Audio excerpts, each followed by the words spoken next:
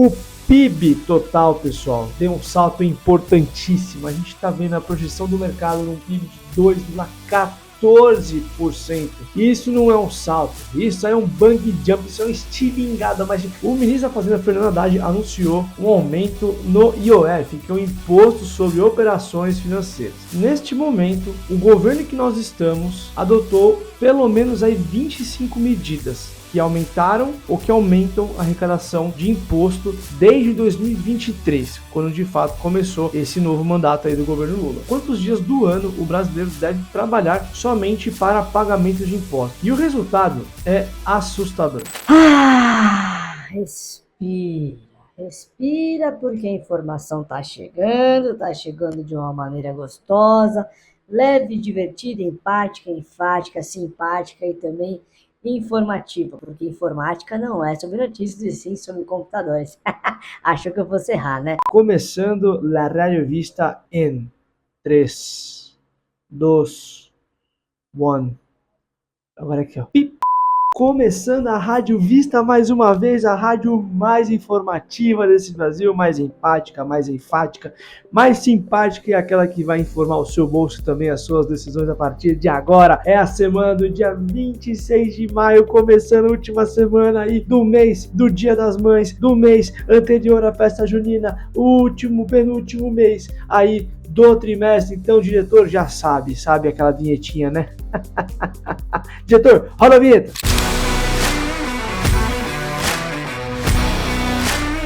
Então vamos lá, turma, vamos começar falando aqui do relatório Foco. O diretor vai trazendo aqui para o pessoal poder acompanhar, tá bom? Pessoal, vamos como sempre começar falando de inflação. Hoje tem bastante coisa, então eu quero ser muito objetivo e direto ao ponto, mas fica tranquilo que a gente vai manter aqui sempre bom humor, tá bom? Então vamos lá, já direto falar aqui um pouquinho de IPCA. Enquanto você vê aqui, eu vejo daqui para acompanhar juntinho com você. Então dá uma olhadinha aqui, ó. O IPCA, ele teve aí mais uma vez a sua projeção atrelada próxima aí 5,50% para esse ano de 2025. O PIB total, pessoal, deu um salto importantíssimo. A gente está vendo a projeção do mercado num PIB de 2,14%. Isso não é um salto, isso é um bang jump, isso é uma estilingada. Mas, diretor, bota o estilinho aqui, ó.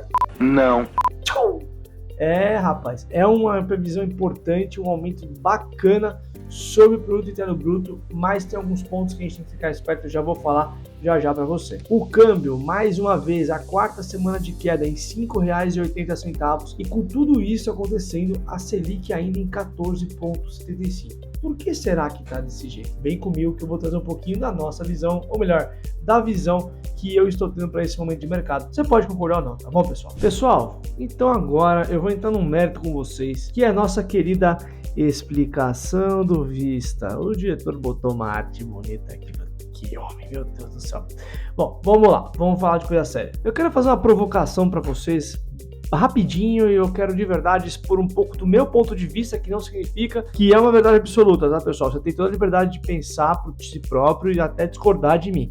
Só vamos manter o respeitinho com os colegas, né? A gente não precisa ficar passando por constrangimentos, não é verdade? Mas fica à vontade para você colocar a sua opinião aqui nos comentários, beleza? Então eu quero trazer um ponto para vocês importante, vou trazer um pouco de embasamento, como eu sempre faço, e você vai sempre ter esse embasamento e vai ter sempre um pouco da minha explicação. Então vamos lá? Bom, não é novidade para ninguém do que aconteceu na semana passada com relação ao anúncio do governo sobre o IOF. Para os mais desavisados aí, vou só fazer um disclaimer super rápido para você também não ficar boiando aí na batatinha, na maionese, beleza? Pessoal, na quinta-feira da semana passada, o ministro da Fazenda, Fernando Haddad, anunciou basicamente da noite pro dia ali, um aumento no IOF, que é o Imposto sobre Operações Financeiras. E esse imposto é justamente o seguinte: é o imposto sobre operações financeiras nas operações de crédito para empresa e para operações cambiais. E isso deixou o mercado maluco, ou seja, o pessoal ficou marara e aí logo depois, praticamente na manhã seguinte do anúncio, o nosso ministro da Fazenda, Fernando Haddad, disse o seguinte: pessoal, calma, é brinks.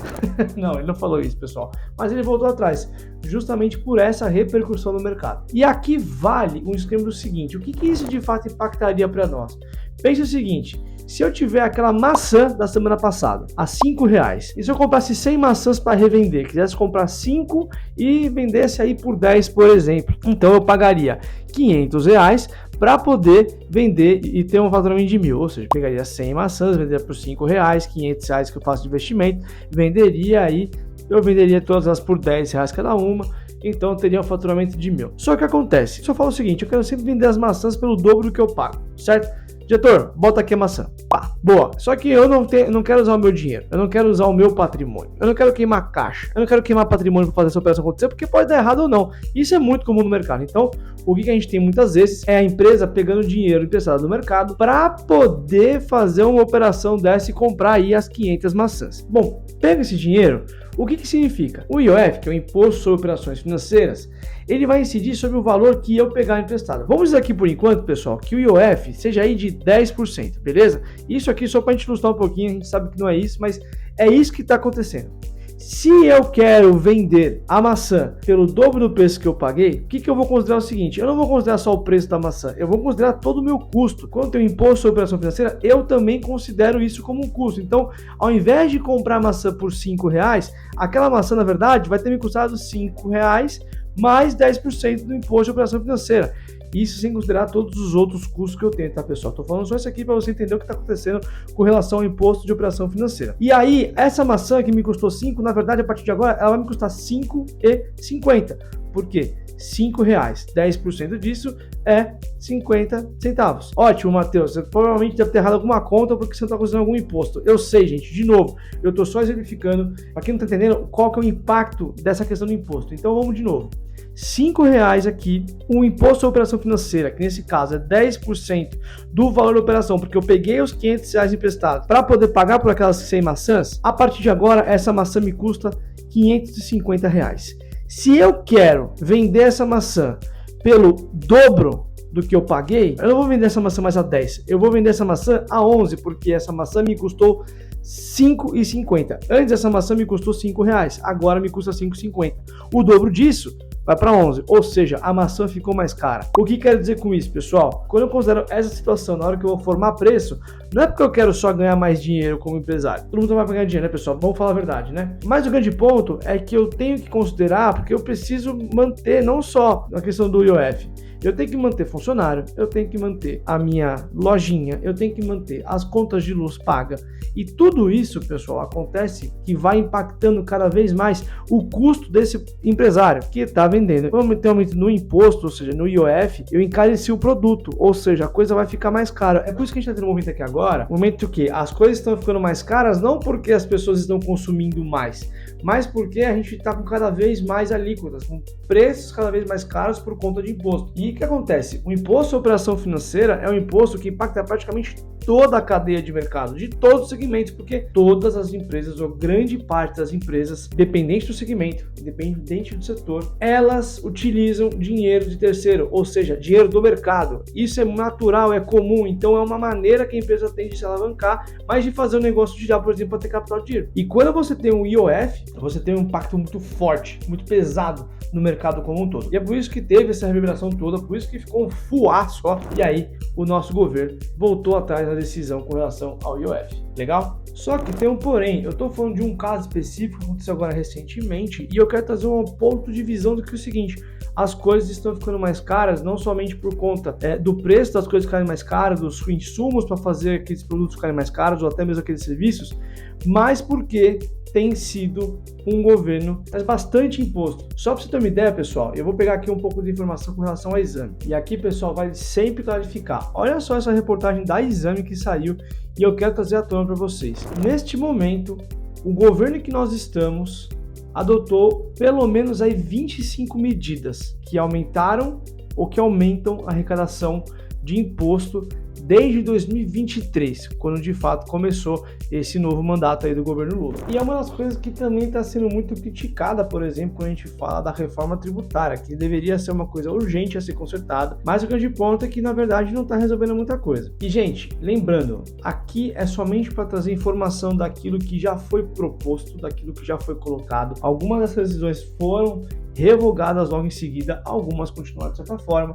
O grande ponto é você entender um pouco da característica do que esse governo tem trazido, beleza? Então conta comigo, pessoal. Reversão de alíquotas de PIS e COFINS sobre receitas financeiras de uma empresa. Reoneração dos impostos federais sobre gasolina e etanol. Impostos sobre exportação de petróleo. A retirada do ICMS da base de cálculo de créditos do PIS e COFINS. Tributação de bets, taxa das blusinhas. Aumento do IPI sobre armas de fogo e munição. Aumento no imposto de importação de painéis solares. Veículos elétricos e híbridos importados voltam a ser tributados. Fim da isenção do IRPJ e CSLL sobre benefícios fiscais. Nova regra para limitar o uso de juros sobre capital próprio. Tributação sobre fundos exclusivos. Tributação offshore. Retomada de PIS e COFINS sobre diesel e biodiesel. IPVA sobre jatinhos e iates. ITCMD progressivo. A alíquota padrão do IVA deve ser uma das maiores do mundo. Criação do imposto seletivo. Reoneração gradual da folha de pagamento. Fim de benefícios tributários para o setor de eventos. Imposto para grandes empresas multinacionais. A proposta para a elevação da CSLL e maior tributação da JCP. Proposta do G20 na taxação global sobre super ricos. Tributação de dividendos e criação do imposto sobre a renda das pessoas físicas mínima. E elevação aí do IOF para a VGBL, para crédito da empresa e operação cambiais. De fato, quando a gente olha as medidas tomadas, muita gente questiona, muita gente apoia, e o nosso papel aqui não é trazer viés político, é somente explicar. A justificativa de tantas iniciativas, de tantos impostos ou tantas taxas criadas ou até revogadas, enfim, benefícios fiscais revogados, é que as medidas têm sido anunciadas como necessária para recompor a base tributária para o fechamento de brechas e para pôr fim a distorções existentes no sistema de impostos do Brasil. Essa aqui é a justificativa, inclusive está aqui onde a gente pegou a Exame e colocou essa informação. E aqui vale uma provocação e também a dica do Vista tá aqui, pessoal, e a gente vai explicar um pouquinho de uma visão importante pra gente poder falar. Agora você tá ligado, né, diretor? Você vai fazer aquela dica do Vista. Pra gente falar um pouquinho da dica do Vista, eu quero trazer uma informação que saiu também na Exame essa semana, pessoal. Exame maravilhosa, tá? Me patrocina, Exame, fica à vontade. Bom, vamos lá. Quando eu falo da questão do brasileiro estar sobrecarregado de impostos, a gente traz justamente essa informação que a própria Exame trouxe. Existe um comparativo de dias trabalhados para pagamento de tributo que o brasileiro tem que ter, ou seja, quantos dias do ano o brasileiro deve trabalhar somente para pagamento de impostos. E o resultado é assustador. Pessoal, se a gente pegar o ano corrente, o ano vigente, nesse momento, de acordo com um estudo feito pelo IBPT, pensa você o seguinte, lembra da maçã? Agora eu vou trocar um pouquinho, vou lá na feirinha do seu João, que é o dono da maçã, e eu vou explicar um pouquinho, tentar dar um pouco de maneira mais lúdica essa visão. Pessoal, o que acontece é o seguinte, pensa que o seu João, ele vende a maçã a R$10. Fechado? Fechado. Tem mercado para maçã? Tem mercado para maçã. Tem utilidade para maçã? Tem utilidade para maçã. Agora, quando eu falo o seguinte, olha, a cada maçã que o seu João vende custa para ele R$8, concorda que ele vai ter aí um resultado de 2, ou seja, vai ter um lucro aí, considerando somente essas informações, de R$2 por maçã? Legal, ou seja, o que eu quero dizer com isso? Quanto mais maçã ele tiver, mais dinheiro ele vai ganhar, mas vai ser sempre 20%. R$2 é 20% de R$10. Legal? Legal. Onde eu quero chegar com isso, pessoal? Na verdade, uma das grandes críticas ao governo, uma das grandes críticas que a gente tem hoje sobre a maneira como é conduzida as finanças do nosso país, não é com relação à arrecadação, mas com relação à utilização desse dinheiro. Veja, nesse mesmo exemplo que eu coloquei aqui agora, imagina que para cada maçã vendida para esse senhor João, que vende pelos mesmos R$10, imagina que agora essa maçã custe para ele 12, ou seja, para cada maçã que ele vender, ele vai perder R$2, ele vai perder 20%. Concorda comigo? O grande ponto é que a solução talvez não seja para ele vender mais. A solução para ele é ser mais eficiente. E como que o seu João é mais eficiente? De repente ele pode mudar o fornecedor, de repente ele pode mudar o caminhão, de repente ele pode fazer de uma outra forma. De repente, ele pode até dividir um caminhão com o outro feirante para poder trazer as maçãs dele. De qualquer forma, a gente está falando aqui de uma otimização dos gastos ou dos custos que nós temos para poder vender aquela maçã. E aí que existe a grande questão. O que é melhor? Você comprar uma maçã por 8, vender por 10 e ter um resultado de R$2 de lucro para você vender duas maçãs ao preço de 20 e ganhar aí, por exemplo, R$18. E essa incerteza, isso que tem acontecido, traz muita incerteza para o mercado, inclusive a leitura do mercado externo perante o Brasil. É só você ver, o dólar continua num dos patamares mais altos da história, a Selic continua alto, ou seja, é um movimento que o Banco Central tem, é um movimento que o nosso mercado tem de continuar trazendo investimento estrangeiro. Se a nossa moeda fosse valorizada ou tivesse nos patamares comuns, você acha, na sua opinião, que investidores externos, ou que empresas de fora, ou que pessoas que querem investir no Brasil e que não são brasileiros, se sentiriam atraídos por esse momento em que a gente tem cada vez mais o aperto na população? Porque pensa você como investidor, eu vou investir meu dinheiro num país em que as pessoas estão com cada vez menos dinheiro, porque elas estão cada vez mais endividadas, cada vez mais pagando impostos, e que não existe uma certeza sobre o que vai acontecer, se as pessoas, um país que às vezes realmente está polarizado, mas vamos falar aqui de lado econômico somente. Quando eu olho somente essas iniciativas, quando eu olho simplesmente esses dados econômicos, ou seja, a população está com menos dinheiro para poder utilizar no dia a dia. O governo está pagando R$10, está vendendo a maçã R$10, mas está vendendo por 12. Não exemplo aqui como estava no preciso aqui antes. Você investiria? Você tomaria essa decisão? Se sim, se não?